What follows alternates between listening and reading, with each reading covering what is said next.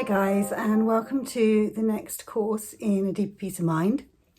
This one is called Lighthearted, and it's a subject close to my heart because as I've come through my own journey with this understanding of the principles, I found that I just don't sweat the small stuff so much anymore. I don't get as upset and disturbed by tiny little things or comments or people's behaviour or events happening in the world. Like the smaller stuff that used to really, I spend a lot of time thinking and mithering over, it just passes me by these days. And as I am less consumed with the tiny details of life, as I'm less consumed with having to think about and manage myself all the time, with that just comes a more carefree attitude to life, like a lightness of being, if you like, as I travel through my days. Now, when I first thought of this program, I was thinking about lighthearted as in a life full of laughter. And when I was writing that, it was my experience of life at the time when I came up with the idea for this program. And since then, as I'm recording this at the beginning of September, the kids have just gone back to school today. And as we've travelled through this whole last 6 months of lockdown with the children and, had this strange experience of life, to me, there's a new meaning to that word. And it's I guess I wanted to replace it with love-hearted. Like, that's what it feels like to me. It doesn't feel like I'm laughing and giggling and finding the world very humorous. But it does seem to me, at this present moment, I have definitely had episodes of that.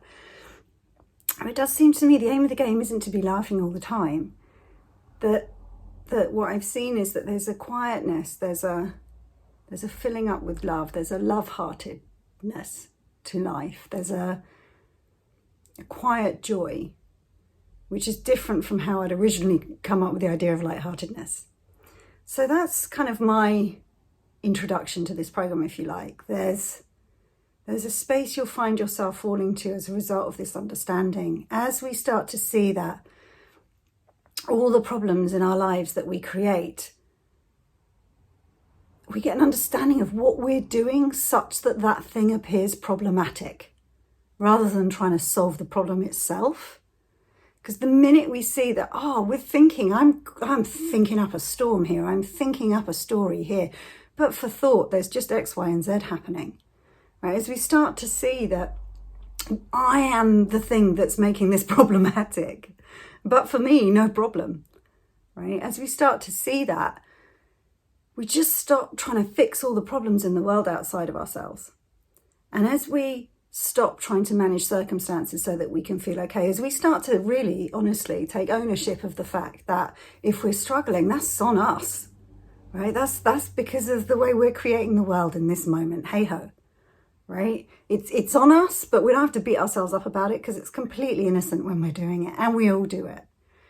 But we start looking in the right place, right? We start to look to see, well, if I'm the thing that's creating this problem, then what do I know about where to look in order to settle down, in order to have a shift in perspective, in order to have an insight around this, in order to just fill back up with love and understanding? Where do I look for that? And to me, it's always a deeper grounding, a deeper understanding of the principles, a deeper realization of our divine nature. And in that quiet looking and that quiet reflection, we become more love-filled. We become more love-hearted. And there's more love-heartedness in our life. And that gets expressed in the world of form. And the way that you, I guess, can check in with yourself to see the measure of love-heartedness, lightheartedness in your life is the degree to which you feel filled up with love when you consider your work, when you consider your family, when you consider your relationships, your friends, your environment, your home, your garden, your life. Do you feel filled up with love? Do you feel filled up with light as you consider those things? And if not, no big deal, right? But this is where we get to explore that more over the next month. So what I wanted to do this month, again, I'd always like mixing it up with a deeper peace of mind, is I've actually asked our little peace of mind practitioners to come in and share what they see about the nature of lightheartedness, the experience for them as how that shifted as a result of their understanding.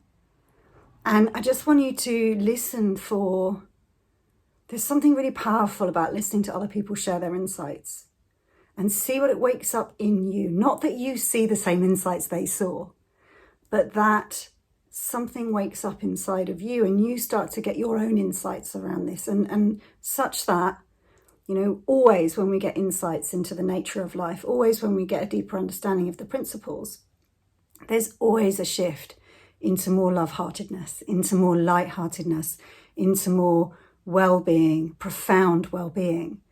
Love, peace, joy, and all that good stuff cannot not happen as a result of insight. That's the place to look. So listen, be prepared to be impacted by what these wonderful ladies are sharing. And I look forward to hearing what you hear in the Facebook group. Take care.